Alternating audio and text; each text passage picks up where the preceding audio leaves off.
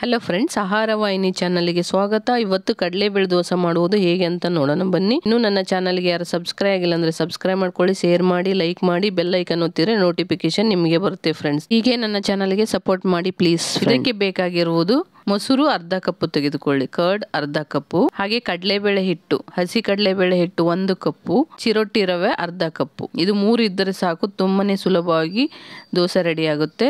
ಹಾಗೆ ಒಂದು ಪಾತ್ರೆಗೆ ಕಡಲೆ ಹಿಟ್ಟನ್ನು ಹಾಕಿಕೊಳ್ಳಿ, ಹಾಗೆ ರವೆ ಕೂಡ ಇದಕ್ಕೆ ಹಾಕಿ ಅರ್ಧ ಕಪ್ಪು, ಹಾಗೆ ಅರ್ಧ ಕಪ್ಪು ಮೊಸರನ್ನು ಕೂಡ ಇದಕ್ಕೆ ಹಾಕಿಕೊಳ್ಳಿ. ಈ ಮೊಸರು ಹಾಕುವುದರಿಂದ ದೋಸೆ ಕೂಡ ಚೆನ್ನಾಗಿ ಬರುತ್ತೆ. ಈ 3 ಸಾಮಗ್ರಿಗಳಿದ್ದರೆ ಸಾಕು, 10 ನಿಮಿಷದಲ್ಲಿ ನೀವು ಚೆನ್ನಾಗಿ ದೋಸೆ ಮಾಡಿಕೊಳ್ಳಬಹುದು. ಇದನ್ನು ಸ್ವಲ್ಪ ಚೆನ್ನಾಗಿ ಮಿಕ್ಸ್ ಮಾಡಿಕೊಳ್ಳಿ. ಹಾಗೆ ಇದಕ್ಕೆ 1 ಕಪ್ಪು ನೀರನ್ನು ಹಾಕಿ ಮೊದಲಿಗೆ, ನಿಮಗೆ ಬೇಕಂದ್ರೆ ಆಮೇಲೆ ಮಿಕ್ಸ್ ಮಾಡಿಕೊಳ್ಳಬಹುದು. ಇದನ್ನು ನೀರು ಹಾಕಿ ಸ್ವಲ್ಪ ಮಿಕ್ಸ್ ಮಾಡಿಕೊಳ್ಳಿ. ಮಿಕ್ಸಿಗೆ ಹಾಕ್ತೀವಿ, ಅದಕ್ಕೋಸ್ಕರ ಸ್ವಲ್ಪ ಮಿಕ್ಸ್ ಮಾಡಿಕೊಂಡ್ರೆ ಸಾಕು. ಈ ಉದ್ದಿನ ಬೇಳೆ ದೋಸೆ ತಿಂದು ಬೇಜಾರಾದಾಗ ಈ ಥರದಲ್ಲಿ 10 ನಿಮಿಷ, ನಿಮಗೆ ಟೈಮ್ ಬೇಗನೂ ಆಗುತ್ತೆ, ಟೈಮ್ ಸಿಕ್ಕಾಗಿ ಈ ಥರದಲ್ಲಿ ಮಾಡಿಕೊಳ್ಳಬಹುದು. ನೋಡಿ, ಈ ಥರದಲ್ಲಿ ಸ್ವಲ್ಪ ಮಿಕ್ಸ್ ಮಾಡಿಕೊಳ್ಳಿ. ರುಚಿಗೆ ತಕ್ಕಷ್ಟು ಉಪ್ಪನ್ನು ಹಾಕಿ, ಅಥವಾ 1/4 ಟೇಬಲ್ ಸ್ಪೂನ್ ಉಪ್ಪನ್ನು ಹಾಕಿ, 1/4 ಟೇಬಲ್ ಸ್ಪೂನ್ ಅರಿಶಿಣ ಪುಡಿ ಹಾಗೂ 2 ಹಸಿ ಮೆಣಸಿಕಾಯನ್ನು ಹಾಕಿ ಸಣ್ಣದಾಗಿ ಕಟ್ ಮಾಡಿಕೊಂಡು ಹಾಕಿ, ಹಾಗೆ ಕೊತ್ತಂಬರಿ ಸೊಪ್ಪು ಅದು ಕೂಡ ಹಾಕಿ, ನಿಮ್ಗೆ ಎಷ್ಟು ಜಾಸ್ತಿ ಬೇಕಂದ್ರೆ ಜಾಸ್ತಿ ಕೂಡ ಹಾಕಿಕೊಳ್ಳಿ. ಕೊತ್ತಂಬರಿ ಸೊಪ್ಪು ಹಾಗೂ ಕರಿಬೇವಿನ ಸ್ವಲ್ಪ ಹಾಕಿ, ಕರಿಬೇವಿನ ಸೊಪ್ಪನ್ನು ಹಾಕಿದ್ರೆ ಚೆನ್ನಾಗಿರುತ್ತೆ. ಇದನ್ನು ಸ್ವಲ್ಪ ಮಿಕ್ಸ್ ಮಾಡಿ, ಹಾಗೆ ಮಿಕ್ಸಿ ಜಾರನ್ನು ಎತ್ತಿಟ್ಟುಕೊಳ್ಳಿ. ಅದಕ್ಕೆ ಇದು ಮಿಕ್ಸ್ ಮಾಡಿ ಇಟ್ಟುಕೊಂಡ ಕಡಲೆಬೇಳೆ ಹಿಟ್ಟನ್ನು ಹಾಕಿಕೊಳ್ಳಿ. ಇದಕ್ಕೆ ಒಂದು ಅರ್ಧ ಟೇಬಲ್ ಸ್ಪೂನಿನಷ್ಟು ಶುಂಠಿ ಬೆಳ್ಳುಳ್ಳಿ ಪೇಸ್ಟ್ ಕೂಡ ಹಾಕಿಕೊಳ್ಳಿ, ಟೇಸ್ಟ್ ಆಗುತ್ತೆ. ಇದನ್ನು ನುಣ್ಣಗೆ ದೋಸೆ ಹಿಟ್ಟಿನ ಹದಕ್ಕೆ ರುಬ್ಬಿಕೊಳ್ಳಿ. ಸ್ವಲ್ಪ ಗಟ್ಟಿ ಅನಿಸಿದ್ರೆ ನೀವು ನೀರು ಕೂಡ ಹಾಕಿಕೊಳ್ಳಬಹುದು. ಇದಕ್ಕೆ ಕಟ್ ಮಾಡಿ ಇಟ್ಟುಕೊಂಡ ಕೊತ್ತಂಬರಿ ಸೊಪ್ಪನ್ನು ಕೂಡ ಹಾಕಿ, ನಿಮಗೆ ಬೇಕಂದ್ರೆ ಈರುಳ್ಳಿ ಕೂಡ ಯೂಸ್ ಮಾಡಿಕೊಳ್ಳಬಹುದು. ಇದು ಚೆನ್ನಾಗಿ ಮಿಕ್ಸ್ ಮಾಡಿ ದೋಸೆ ಹಿಟ್ಟಿನ ಹದಕ್ಕೆ ಇರಬೇಕು. ಅದು ಸ್ವಲ್ಪ ಗಟ್ಟಿ ಅನಿಸಿದ್ರೆ ನೀರು ಹಾಕಿಕೊಳ್ಳಿ, ಚೆನ್ನಾಗಿ ಮಿಕ್ಸ್ ಮಾಡಿಕೊಳ್ಳಿ. ಗ್ಯಾಸ್ ಮೇಲೆ ತವಾವನ್ನು ಇಟ್ಟು ಚೆನ್ನಾಗಿ ಬಿಸಿ ಆದ ಮೇಲೆ ನೋಡಿ ಈ ತರದಲ್ಲಿ ಇರಬೇಕು. ಜಾಸ್ತಿ ನೀರು ಆಗಬಾರ್ದು, ಜಾಸ್ತಿ ಗಟ್ಟಿನೂ ಇರಬಾರ್ದು, ಮೀಡಿಯಂ ಆಗಿ ಇರಲಿ.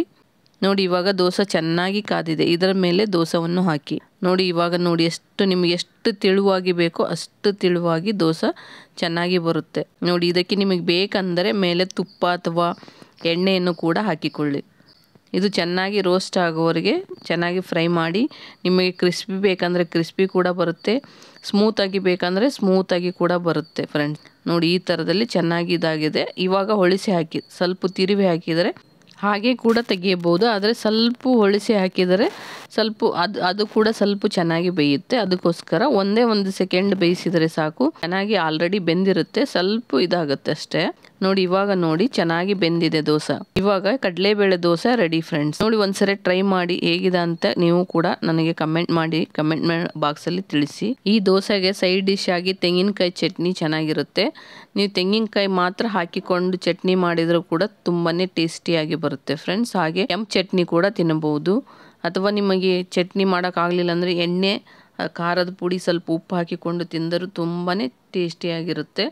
ನಿಮಗೆ ಯಾವ್ದು ಚೆನ್ನಾಗಿ ಅನಿಸುತ್ತೆ ಆ ಚಟ್ನಿ ಮಾಡಿಕೊಂಡು ತಿನ್ಬೋದು ಫ್ರೆಂಡ್ಸ್. ಈ ದೋಸೆಗೆ ಈವ್ನಿಂಗ್ ಟೈಮ್ ಮಕ್ಕಳು ಸ್ನ್ಯಾಕ್ಸ್ ಕೇಳಿದರೆ ಈ ಥರದಲ್ಲಿ ಕೂಡ ದೋಸೆ ಮಾಡಿಕೊಡಿ, ತುಂಬಾ ಚೆನ್ನಾಗಿರುತ್ತೆ. ಸ್ನ್ಯಾಕ್ಸ್ ಥರನೂ ಇರುತ್ತೆ, ಟೇಸ್ಟಿಯಾಗಿ ಕೊಡುತ್ತೆ ಹಾಗೂ ಹೆಲ್ತಿಯಾಗಿರುತ್ತೆ friends. Thank you to all friends.